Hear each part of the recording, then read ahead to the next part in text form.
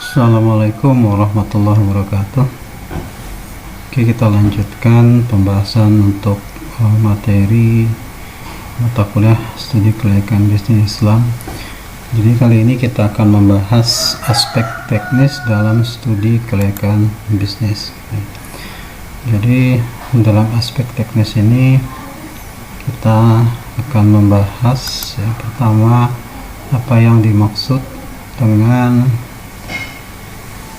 pengertian aspek teknis. Selanjutnya kita akan membahas apa tujuan penilaian aspek teknis tersebut.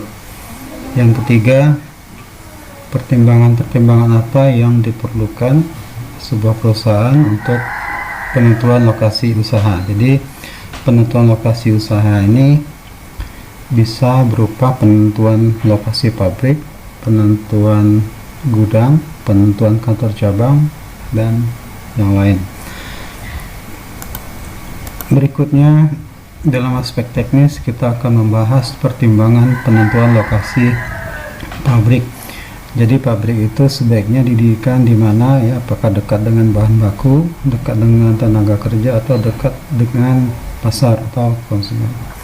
Yang terakhir kita akan membahas metode penilaian lokasi usaha. Jadi dalam aspek teknis ini kita akan membahas yang 5 ini, ya. Oke, selanjutnya kita ingin melihat apa pengertian dari aspek teknis dalam studi kelayakan bisnis. Aspek teknis adalah, ya, penilaian kelayakan terhadap aspek teknis menyangkut hal-hal yang berkaitan dengan teknis operasional suatu bisnis. Jadi aspek teknis ini adalah kajian yang berisi tentang kesiapan perusahaan untuk melakukan operasi, ya, operasionalnya, ya, mulai dari penentuan lokasi pabrik, gudang, kemudian kesiapan mesin, teknologi, tenaga kerja, dan yang lain-lain. Jadi intinya adalah siap atau tidak perusahaan untuk beroperasional, ya, untuk memproduksi barang atau jasa. Kemudian kajian aspek teknis mencakup analisis kesiapan perusahaan dalam menjalankan usahanya dengan menilai ketepatan lokasi, ya, lokasi pabrik, kantor cabang, kantor pusat, gudang, dan yang lainnya. Kemudian dalam aspek teknis juga dibahas, ya, dinilai tentang luas produksi, ya, kapasitas produksi, kemudian menentukan layout, tata letak mesin-mesin produksi, ya. Jadi layout ini digunakan, ya, kenapa harus diatur tata letak mesin agar proses produksi itu bisa berjalan dengan baik, ya. Jadi tidak mengganggu proses produksi, juga tidak mengganggu atau bahkan bisa menyebabkan karyawan cedera dan sebagainya. Jadi layout tata letak itu harus diperhatikan sedemikian rupa, terutama mengenai letak pabrik, mesin-mesin pabrik, ya, mesin-mesin produksi. Kemudian dalam aspek teknis juga ditentukan lokasi, ya, penentuan lokasi, ya, misalnya dilakukan dengan pertimbangan yang matang, ya, khususnya faktor biaya. Jadi kenapa lokasi itu harus ditentukan? Intinya adalah efisiensi, ya, faktor biaya. Jadi harus ditentukan lokasi yang tepat agar biaya yang dikeluarkan itu tidak mubazir, ya, dalam artian efisien. Kemudian pemilihan lokasi terdiri dari pertama untuk menentukan lokasi kantor pusat. Ya, jadi kalau kantor pusat itu sebaiknya didirikan di mana, ya, apakah dekat dengan pasar, apakah dekat dengan pusat pemerintahan, ya, dekat dengan sarana dan prasarana lainnya. Kemudian kantor cabang. Nah, sebenarnya kantor cabang ini didirikan dekat apa? Ya, dekat pemerintahan kah, dekat lembaga keuangan kah, dan seterusnya. Berikutnya gudang. Dalam mendirikan gudang sebaiknya harus dekat dengan apa? Ya, tenaga kerja, sarana dan prasarana, ya, kemudian pabrik. Jadi dalam mendirikan pabrik ini, ya, harus dekat dengan bahan baku, ya, kemudian kemudahan dalam memperoleh tenaga kerja, kemudian dekat dengan sarana dan prasarana jalan. Jadi untuk memudahkan dalam pengangkutan. Selanjutnya, penentuan lokasi pabrik. Nah, ini adalah hal yang paling rumit dan kompleks ya. Jadi pertimbangannya adalah apakah dekat dengan bahan baku, dekat dengan pasar, atau dekat dengan konsumen.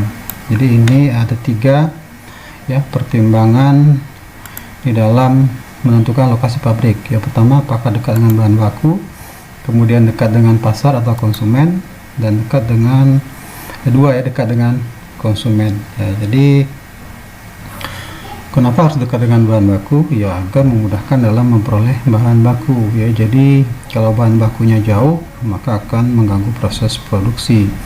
Kemudian dekat dengan pasar atau dekat dengan konsumen, jadi untuk memudahkan menjual produk ya, barang yang dihasilkan. Jadi harus dipertimbangkan dengan sangat matang ya untuk menentukan lokasi pabrik. Kemudian penentuan besaran produksi atau kapasitas produksi. Jadi kita ingin menentukan berapa jumlah produksi ya barang atau produk yang dihasilkan dalam waktu tertentu dengan biaya yang paling murah ya, paling efisien, sehingga dapat diperoleh profit atau margin yang maksimal ya. Jadi di sini maksudnya biaya yang paling efisien ini adalah biaya yang paling murah ya. Jadi bagaimana cara kita bisa mendapatkan biaya yang paling murah atau paling efisien ya, tentunya kita harus mendapatkan bahan baku yang murah ya, tenaga kerja yang murah, dan teknologi yang canggih ya. Yang berikutnya, penentuan teknis lainnya adalah pemilihan teknologi. Jadi aspek teknis juga akan membahas tentang pemilihan teknologi ya melalui proses produksi yang diinginkan. Jadi pemilihan teknologi di sini ya berhubungan dengan contohnya ya penentuan jenis mesin produksi ya, apakah padat karya atau padat modal. Kalau pemilihan teknologinya padat karya artinya lebih banyak menggunakan tenaga kerja manusia. Tapi kalau teknologinya padat modal ya artinya tenaga kerja manusia dikurangi tapi lebih menggunakan teknologi yang terbarukan atau teknologi yang modern. Nah, itu juga harus diperhatikan oleh pemilik usaha ya atau pengusaha ya. Apakah menggunakan teknologi padat karya atau teknologi padat modal. Tapi untuk sekarang ini perusahaan banyak menggunakan teknologi yang padat modal, artinya menggunakan teknologi yang canggih ya untuk mengurangi penggunaan tenaga kerja manusia. Jadi lebih efisien ya, lebih murah. Memang teknologinya mahal, tapi jika dibandingkan dengan biaya yang harus dikeluarkan dengan menggunakan tenaga manusia, tentunya akan lebih efisien ya, lebih murah ya, kalau dihitung secara globalnya. Selanjutnya kita akan melihat ya tujuan yang hendak dicapai dalam menilai aspek teknis. Jadi dalam aspek teknis ini sebenarnya apa yang ingin kita capai ya. Pertama yang ingin kita capai adalah dengan menentukan lokasi yang tepat ya, baik lokasi pabrik, gudang, cabang maupun kantor pusat ya, maka ya perusahaan tentunya ingin biaya yang murah ya, jadi lebih efisien. Kemudian menentukan layout. Tujuan yang kedua yang hendak dicapai dalam menilai aspek teknis adalah menentukan tata letak mesin pabrik ya, mesin-mesin produksi, peralatan kerja dan sebagainya yang sesuai dengan proses produksinya sehingga dapat memberikan efisiensi dan supaya proses produksi itu tidak terhambat atau terganggu ya. Contohnya seperti menentukan layout atau tata letak dalam pabrik atau perusahaan yang menghasilkan kendaraan roda 2 atau roda 4 ya. Jadi disesuaikan ya di mana proses produksi itu dimulai, kemudian di mana proses produksi itu akan berakhir. Jadi semuanya sudah diatur ya, mulai dari rangkanya masuk ya, kemudian mesinnya masuk ya, mesin mobilnya masuk, kemudian dipasang dashboard interior, kemudian eksterior, ban dan sebagainya sampai proses finishingnya. Maka itu harus ditentukan ya tata letak atau layout peralatan produksinya. Kemudian tujuan yang hendak dicapai dalam menilai aspek teknis adalah menentukan teknologi yang paling tepat ya dalam menjalankan produksi ya. Apakah padat karya atau padat modal, apakah menggunakan tenaga manusia atau lebih banyak menggunakan tenaga robot ya atau mesin yang canggih ya. Kemudian menentukan metode persediaan yang paling baik untuk dijalankan sesuai dengan bidang usahanya. Jadi dalam akuntansi ya, metode persediaan itu ada tiga ya. Ada yang namanya FIFO ya, metode persediaan FIFO. FIFO itu first in first out ya. Jadi barang yang pertama kali masuk ya, bahan baku yang pertama kali masuk itu harus pertama kali yang keluar. Kemudian ada metode persediaan yang namanya LIFO ya, last in first out. Jadi barang yang pertama kali dimasukkan di gudang itu harus pertama kali yang keluar ya. Jadi LIFO itu last in first out. Jadi barang yang terakhir ya, barang yang terakhir masuk itu yang pertama kali dikeluarkan ya. Kemudian ada metode persediaan yang rata-rata. Nah, jadi metode persediaan yang digunakan itu sesuai dengan bidang usaha ya. Sebagai contoh ya, jika perusahaan bergerak dalam bidang penjualan, contohnya pasir ya, pasir. Jadi pasir itu yang pertama kali dijual itu adalah yang paling atas ya. Kalau ditumpuk pasir berarti yang pertama kali dijual itu adalah yang paling atas. Jadi dia sistem persediaannya adalah last in first out ya. Jadi yang pertama kali, yang terakhir masuk dia yang akan pertama keluar ya. Kemudian ada FIFO ya, contohnya FIFO itu adalah untuk produk makanan ya. Jadi tepung terigu yang pertama kali masuk di gudang itu yang harus pertama kali keluar karena dia ada masa berlakunya. Kemudian yang kelima, tujuan dalam penilaian aspek teknis adalah menentukan kualitas tenaga kerja yang dibutuhkan untuk masa sekarang dan di masa yang akan datang ya. Jadi kita bisa menentukan berapa kebutuhan tenaga kerja ya untuk saat ini, atau juga kita bisa juga mengurangi tenaga kerja jika kita menggunakan teknologi yang mutakhir ya. Itu juga dinilai dalam aspek teknisnya.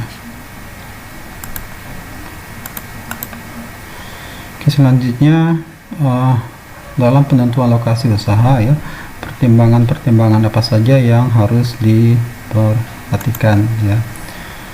Dalam menentukan lokasi usaha, pertama yang harus diperhatikan adalah ya jenis usahanya itu apa ya. Jadi kalau jenis usahanya bergerak dalam bidang perdagangan, maka lokasi usaha itu ya harus didirikan dekat dengan pasar tentunya ya. Kalau kita berdagang, berniaga, maka toko kita harus didirikan dekat dengan konsumen atau dekat pasar. Kemudian pertimbangan dalam penentuan lokasi usaha ya, ini pertama yang harus yang kedua yang harus diperhatikan adalah dekat dengan pasar atau konsumen. Kemudian dekat dengan bahan baku untuk memudahkan dalam memperoleh bahan baku. Kemudian dekat dengan tenaga kerja ya, adanya tidak ketersediaan tenaga kerja. Jadi kalau proses produksi itu tidak ada tenaga kerjanya, maka akan terganggu. Kemudian dekat atau ada tidaknya sarana dan prasarana, contohnya jalan ya, listrik, energi dan sebagainya. Kemudian dekat dengan pusat pemerintahan ya. Pusat pemerintahan ini biasanya didirikan itu untuk kantor pusat atau kantor cabang ya. Kemudian dekat dengan lembaga keuangan ya, bank dan sebagainya. Kemudian dekat di kawasan industri ya, atau di dalam kawasan industri. Jadi untuk produk-produk industri yang dibutuhkan oleh perusahaan lain, maka sebaiknya didirikan dekat dengan kawasan industri. Kemudian pertimbangan yang berikutnya, kemudahan untuk melakukan ekspansi atau perluasan usaha. Jadi kalau pertimbangannya untuk melakukan ekspansi atau perluasan usaha, maka pertimbangannya adalah lokasi usaha itu tanahnya harus luas ya, atau lebih mudah, nanti kalau luas itu lebih mudah untuk dikembangkan.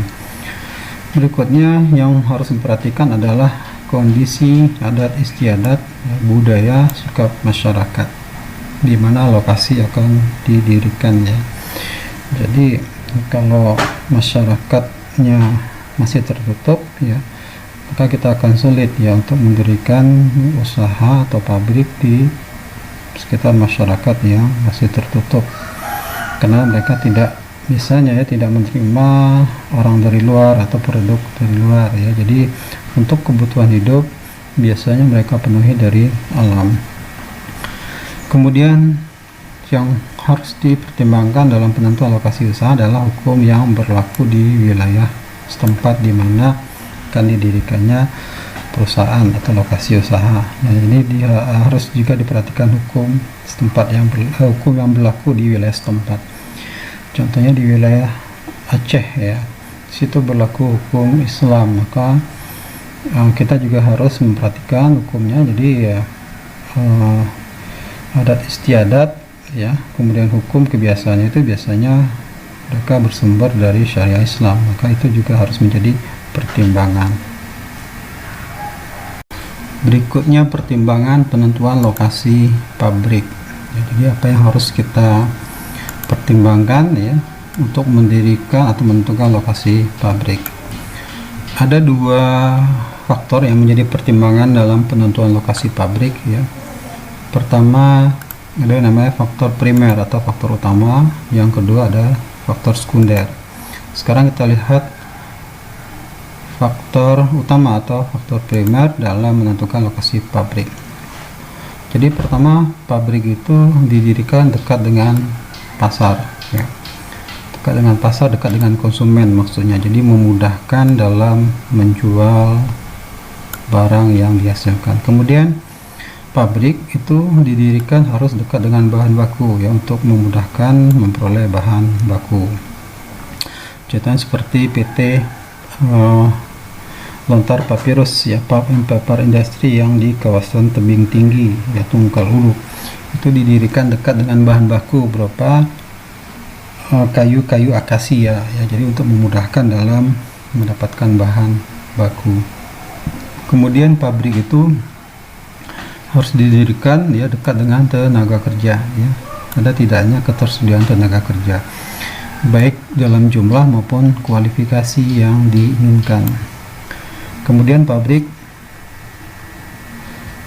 ya, harus didirikan dengan ketersediaan fasilitas pengangkutan seperti jalan raya atau rel kereta api. Kemudian yang berikutnya pertimbangan dalam menentukan lokasi pabrik, ketersediaan sarana dan prasarana listrik ya, ada tidak listrik, dan sikap masyarakat setempat ya. Jadi kalau masyarakat masih tertutup, itu harus menjadi pertimbangan. Kemudian yang kedua, faktor sekunder ya dalam menentukan lokasi pabrik. Yang harus dipertimbangkan dalam faktor sekunder ini pertama adalah biaya untuk investasi ya di lokasi, seperti biaya pembelian tanah atau pembangunan gedung. Nah, jadi biaya investasinya juga harus dipertimbangkan ya. Kalau harga tanahnya terlalu mahal ya, maka kita mungkin bisa mencari alternatif di tempat lain. Kemudian yang kedua dalam faktor sekunder, prospek perkembangan harga atau kemajuan di lokasi tersebut di masa yang akan datang ya. Jadi kemajuan ini berhubungan dengan untuk perluasan usaha lah gitu ya. Jadi bagaimana suatu saat ya di masa akan datang perusahaan ini bisa berkembang, tentunya juga harus diperhatikan dengan prospek kemajuan di masa yang akan datang. Kemudian perluasan lokasi ya, kemudian fasilitas penunjang lainnya seperti pusat perbelanjaan atau perumahan, ada tidak pasar ya di sini.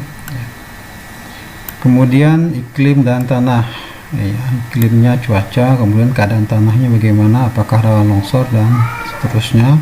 Kemudian yang terakhir dalam faktor sekunder, masalah pajak dan peraturan perburuan di daerah setempat ya, seperti dalam peraturan perburuannya seperti upah minimum regional ya, dan sebagainya ya. Inflasi juga harus menjadi perhatian.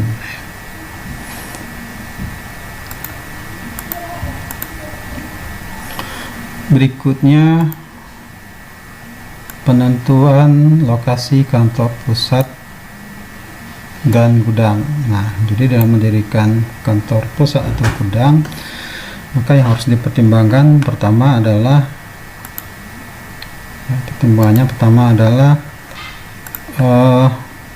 pertimbangan untuk menentukan lokasi kantor pusat itu umumnya dilakukan ya dekat dengan pusat pemerintahan, kemudian dekat dengan lembaga keuangan, dekat dengan pasar, dan ketersediaan sarana dan prasarana. Nah, kenapa kantor pusat itu harus didirikan dekat dengan pusat pemerintahan ya?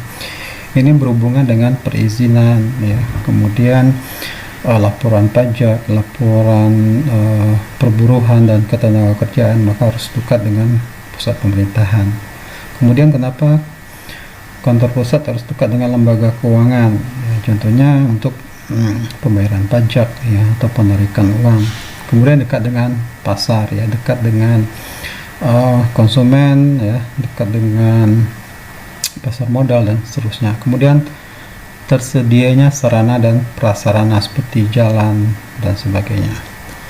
Kemudian untuk lokasi gudang, nah pertimbangan yang harus diperhatikan ya untuk lokasi gudang itu umumnya harus dekat dengan kawasan industri ya. Kemudian gudang itu harus didirikan dekat dengan pasar atau konsumen, dekat dengan bahan baku dan ketersediaan sarana dan prasarana ya. Kenapa gudang harus didirikan dekat dengan kawasan industri ya? Ini khusus untuk produk industri ya, jadi produk industri itu dibutuhkan oleh perusahaan lain ya. Contohnya seperti ban, pabrik ban itu harus didirikan dekat dengan kawasan industri otomotif ya, perusahaan yang bergerak dalam bidang otomotif, jadi untuk memudahkan dalam menjual ban tersebut. Kemudian kedekatan dengan pasar, ini konsumen ya, baik konsumen individu maupun industri. Kemudian gudang harus dekat dengan bahan baku, biasanya bahan baku itu disimpan di gudang terlebih dahulu ya sebelum didistribusikan ke pabrik. Dan yang terakhir, gudang itu harus ya, didirikan dekat dengan jalan ya dan sarana prasarana lainnya.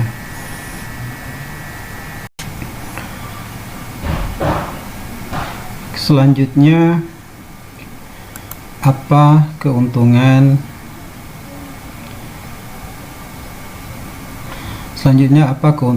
yang didapatkan oleh perusahaan jika mendapatkan lokasi yang tepat ya, baik lokasi gudang, pabrik, kantor cabang ataupun kantor pusat. Pertama, dengan mendapatkan lokasi yang tepat maka kita akan memberikan kepuasan pelayanan kepada konsumen ya. Jadi kalau gudang didirikan dekat dengan pasar atau konsumen, maka memudahkan dalam hal distribusi. Jadi konsumen yang membutuhkan produk, barang, dan jasa kita dengan cepat ya, dengan mudah bisa memperoleh. Kemudian keuntungan yang diperoleh dengan mendapatkan lokasi yang tepat, kemudahan memperoleh tenaga kerja baik jumlah maupun kualifikasinya.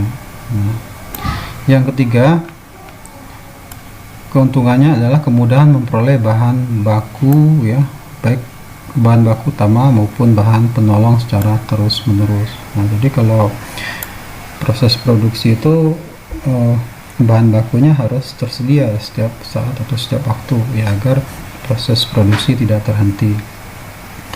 Kemudian keuntungan yang diperoleh dengan mendapatkan lokasi yang tepat adalah kemudahan memperluas lokasi usaha. Nah, contohnya kita mendapatkan tanah yang luas gitu ya. Jadi suatu saat kita kembangkan pabrik, maka akan mudah. Kemudian memiliki nilai atau harga ekonomis yang lebih tinggi di masa yang akan datang. Jadi ini berhubungan dengan lokasi yang strategis ya, lokasi kantor atau pabrik yang strategis. Yang terakhir, keuntungan yang diperoleh oleh perusahaan jika mendapatkan lokasi yang tepat adalah meminimalisir terjadinya konflik terutama dengan masyarakat dan pemerintah ya. Jadi bagi masyarakat yang masih tertutup itu agak sulit ya jika kita mendirikan usaha di kawasan mereka ya. Biasanya mereka itu cenderung menolak, makanya kita harus perhatikan apakah sikap masyarakat bisa menerima atau tidak jika kita mendirikan usaha di lingkungan mereka.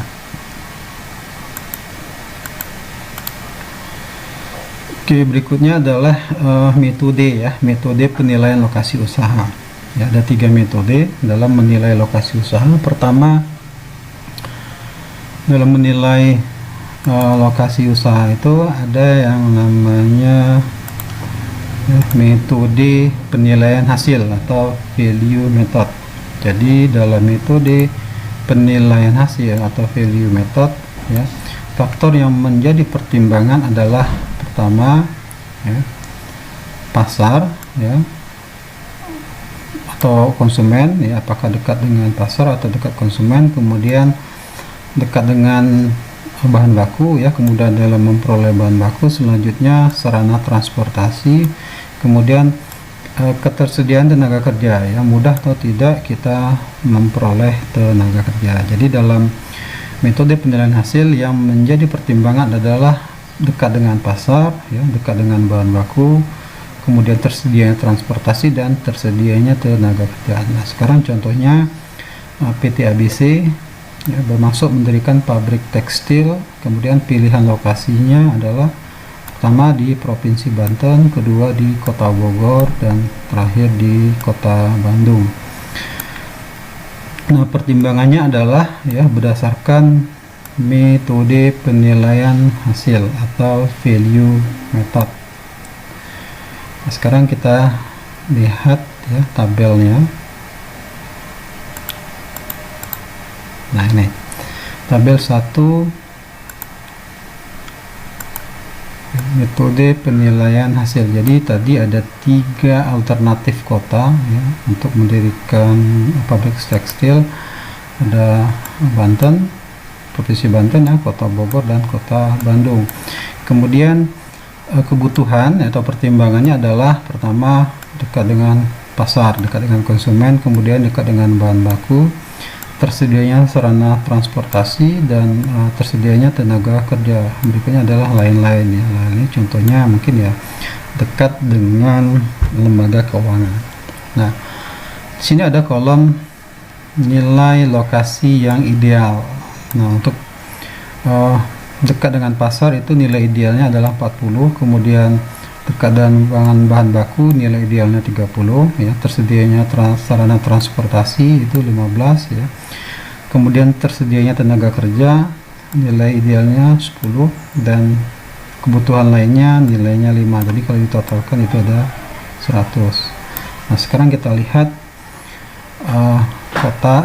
Provinsi Banten. Untuk Provinsi Banten ya, dekat dengan pasar itu nilainya 25 ya, ini asumsi saja ya, contoh saja.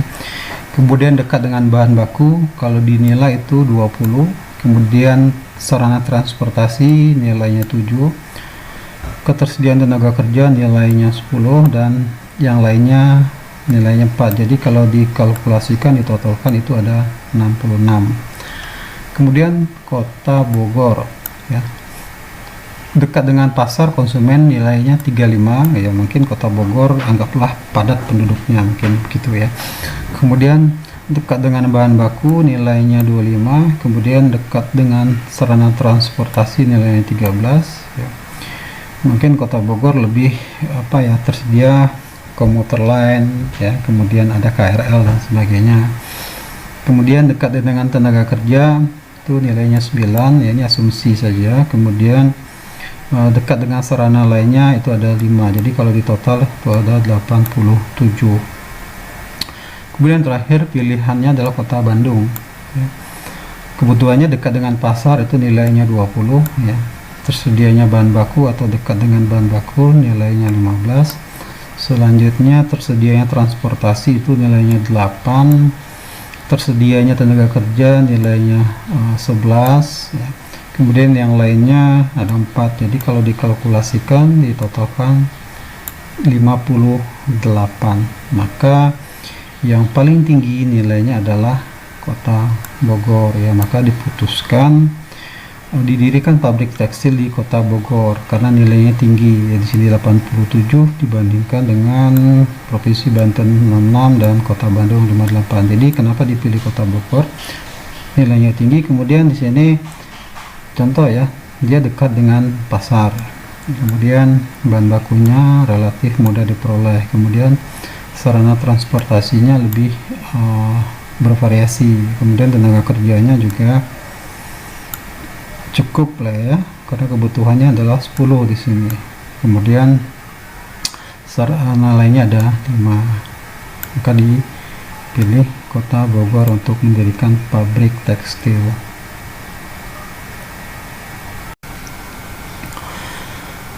Berikutnya metode yang kedua dalam penilaian lokasi usaha adalah metode perbandingan biaya. Jadi metode perbandingan biaya ini adalah kita ingin melihat biaya yang paling ekonomis ya, biaya yang paling murah.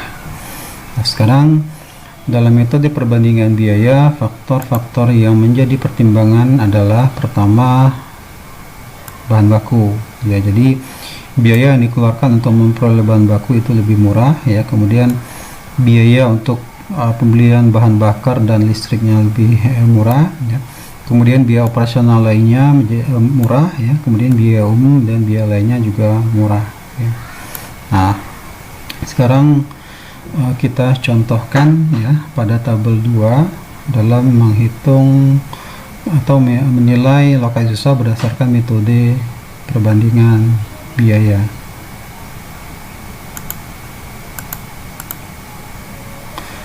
Ini udah tabel 2. Jadi kita ingin melihat perbandingan biaya ya. Jadi contohnya tadi sama ya, pabrik tekstil. Jadi ingin mendirikan pabriknya di 3 kota ya. Pertama Provinsi Banten, Kota Bogor, dan Kota Bandung. Kemudian dirincikan ya, pertama biaya bahan baku ya. Jadi biaya untuk bahan baku dilihat berapa, mana yang paling murah ya. Kemudian biaya untuk bahan bakar dan listrik ya, kemudian biaya operasional yang lainnya ya, kemudian biaya-biaya umum lainnya, dan biaya-biaya lainnya ya. Jadi kita lihat untuk Provinsi Banten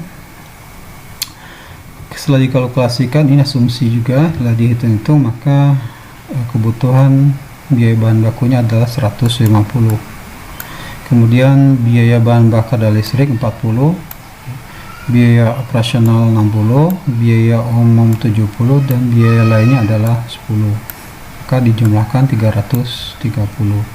Kemudian Kota Bogor ya, untuk biaya bahan bakunya ada 160 ya, asumsi saja, ini asumsi. Kemudian untuk bahan bakar dan listrik itu 45, biaya operasional 65, biaya umum 75, dan biaya lainnya 10. Setelah dikalkulasikan itu 335. Kemudian yang ketiga Kota Bandung ya, untuk biaya bahan bakunya 140 ya, biaya bahan bakar dan listrik 40, berikutnya biaya operasional 55, biaya umum 65, dan biaya lainnya adalah 5. Jadi setelah ditotal dikalkulasikan 305. Jadi biaya yang paling murah yang untuk mendirikan pabrik tekstil itu ada di Kota Bandung ya, maka diputuskan mendirikan pabrik tekstil di Kota Bandung dengan pertimbangan untuk memperoleh bahan baku biayanya murah ya, kemudian bahan bakar dan listriknya murah ya, mungkin solarnya lebih murah ya, kemudian biaya operasional lebih murah, perizinan dan sebagainya ya, kemudian biaya umumnya juga murah ya 65, dan biaya lainnya juga murah dibandingkan dengan Kota Bogor dan Provinsi Banten.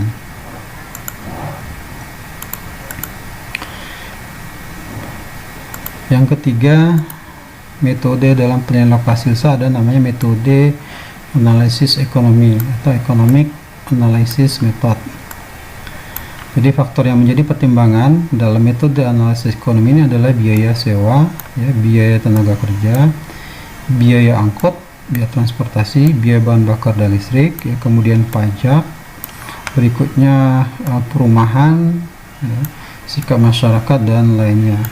Nah, jadi dalam analisis ekonomi ini ya ingin melihat yang mana yang lebih ekonomis, ya, lebih murah. Nah, sekarang kita lihat contohnya tabel 3.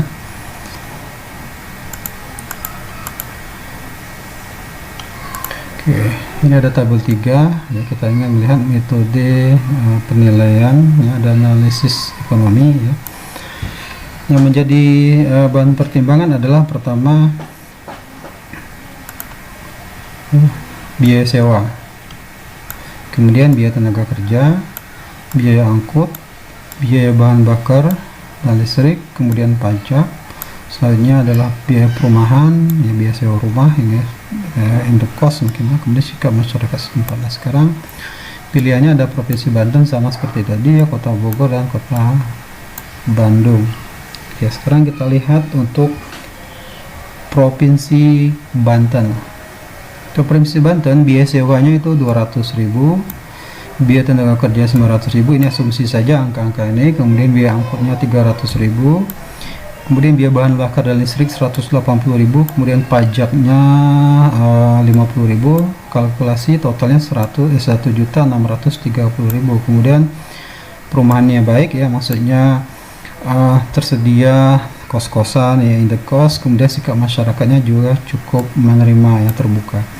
Selanjutnya Kota Bogor, ya, biaya sewanya 150.000, kemudian biaya tenaga kerjanya 1 juta, ya, ini asumsinya upah minimumnya lebih mahal di Kota Bogor. Kemudian biaya angkutnya 400.000, biaya bahan bakar dan listrik 180, kemudian pajaknya 60.000, ditotalkan dikalkulasikan 1.790.000.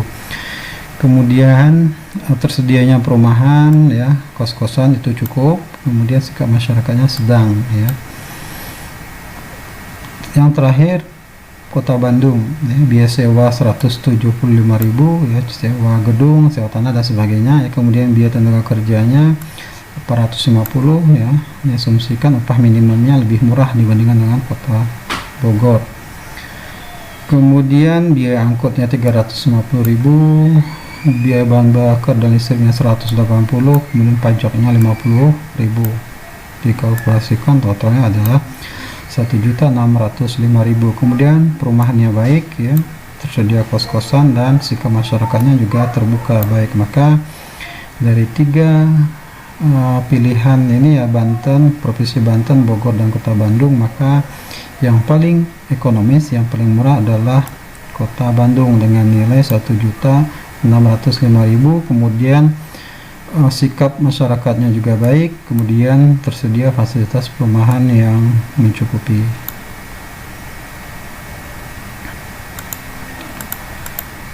Oke, demikian penjelasan mengenai aspek teknis dalam studi kelayakan bisnis. Semoga bisa dipahami. Terima kasih. Wabillahi taufiq wal hidayah. Assalamualaikum warahmatullahi wabarakatuh.